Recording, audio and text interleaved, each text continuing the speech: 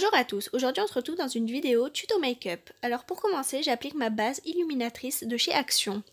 Alors personnellement, elle me convient bien, elle flotte bien mes pores et elle fait bien tenir mon maquillage toute la journée. Franchement, je vous la recommande, la texture est bien. Ensuite, je vais appliquer mon fond de teint qui vient également de chez Action avec normalement un fini mat, mais je trouve personnellement qu'il y a un fini un peu glowy et il n'est pas très couvrant. Donc pour celles qui recherchent un fond de teint vraiment couvrant, je vous le recommande pas. Par contre, celles qui recherchent un fond de teint pas très couvrant, effet naturel, je vous le conseille parce que franchement, il est bien et à petit prix. Je l'applique avec un pinceau brosse qui est très agréable, franchement, je vous le conseille fortement. Les poils sont très souples et très doux, franchement, très agréable. Ensuite, je vais appliquer mon anti-cerne de la marque Maybelline que vous pouvez facilement retrouver en grande surface. Il est dans les alentours de 11 €, il me semble. Ça va, c'est raisonnable.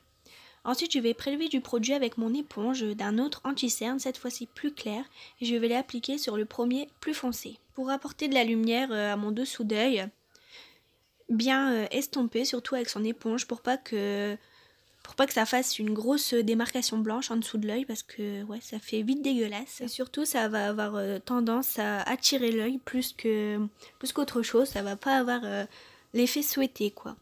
Ensuite, je vais appliquer l'anti-cerne clair sur ma zone T, c'est-à-dire mon front, mon nez, les ailes de mon nez et mon menton, pour apporter de la lumière et éclairer mon teint. Donc le teint va paraître moins terne. Ensuite, je viens prendre une poudre très claire avec une éponge parce que je trouve que l'éponge apporte une couvrance supplémentaire et moi qui aime bien les teints assez mat, ça convient parfaitement. Je viens en appliquer sur mes cernes pour bien fixer l'anti-cerne et sur ma zone T pour éviter les brillances. Ensuite, je prends mon bronzer de chez Make-up Revolution pour réchauffer mon teint. Ce bronzer, je l'ai eu dans le cœur de chez Make-up Revolution. À l'intérieur, il y avait 2 palettes de fard à paupières, très pigmentées d'ailleurs, et une palette de teint. Et bien sûr, ce bronzer. Je trouve le packaging trop mignon, en forme de cœur. Je trouve ça trop chou. Je l'applique avec un pinceau très souple afin de bien estomper, parce que les démarcations, on n'aime pas. Ensuite, je viens prendre mon blush qui vient également de chez Make-up Revolution, que j'applique toujours avec un pinceau très souple, un peu plus petit qu'un pinceau de poudre. Ensuite, je viens prendre un highlighter marronné, doré d'une palette de chez Action. À l'intérieur, il y a 3 bronzers et 2 highlighters marronnés. Je viens l'appliquer avec un pinceau avec un bout pointu, afin de bien appliquer la matière et d'en appliquer assez. Je trouve ces highlighters vraiment trop jolis, très pigmentés. Pour le prix, franchement, foncez, n'hésitez pas. Il fait parfaitement son job.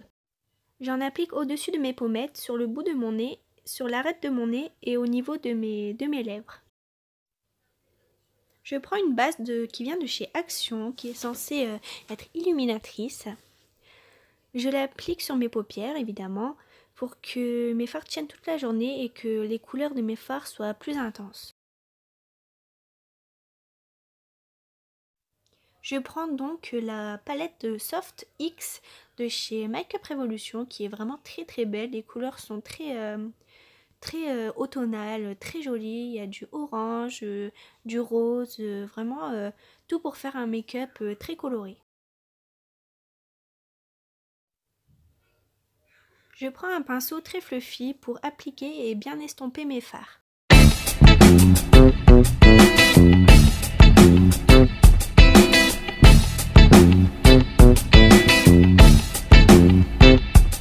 Je viens donc prendre sur mon pinceau cette couleur mauve.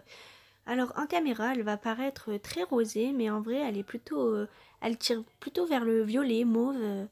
Elle est très jolie d'ailleurs. J'en applique dans mon pli de paupière, je remonte jusqu'au sourcil et je viens étirer la matière vers la tempe pour avoir un effet étiré pour que l'œil soit agrandi.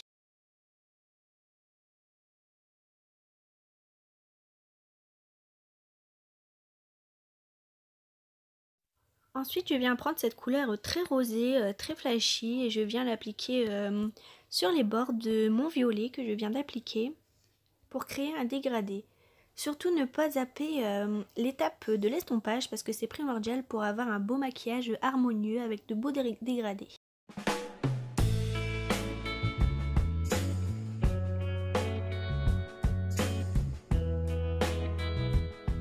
Ensuite, je prends un anti-cerne liquide avec un pinceau assez précis pour réaliser un cup crease. Je viens en appliquer sur le bord de ma paupière, bien très grossièrement, mais quand même avoir un trait assez droit. Et je viens regarder en l'air pour déterminer la zone de mon cup crease.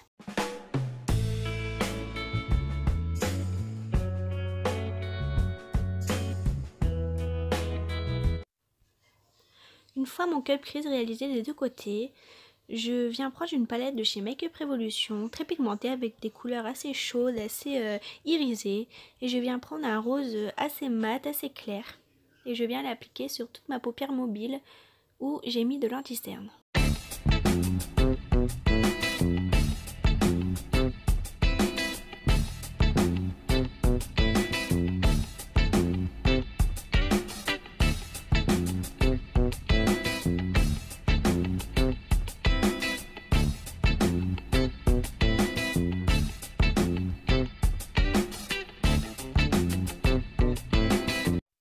Dans cette même palette, je viens prendre un rose très irisé et qui apporte énormément de lumière, comme vous pouvez le constater.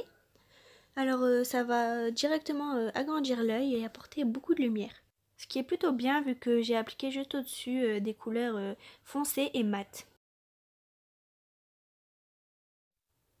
Revenons à la palette Soft X du début. Alors on va prendre le violet qu'on a appliqué au début et on va le placer au ras de cils.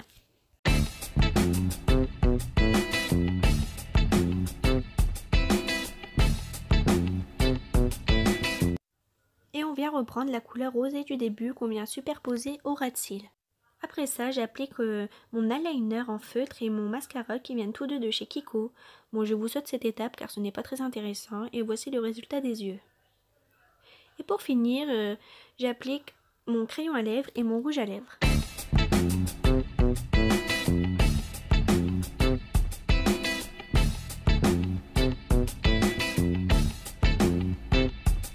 J'espère que cette vidéo vous aura plu. Si c'est le cas, n'hésitez pas à vous abonner et mettre des pouces bleus. Voilà, bisous!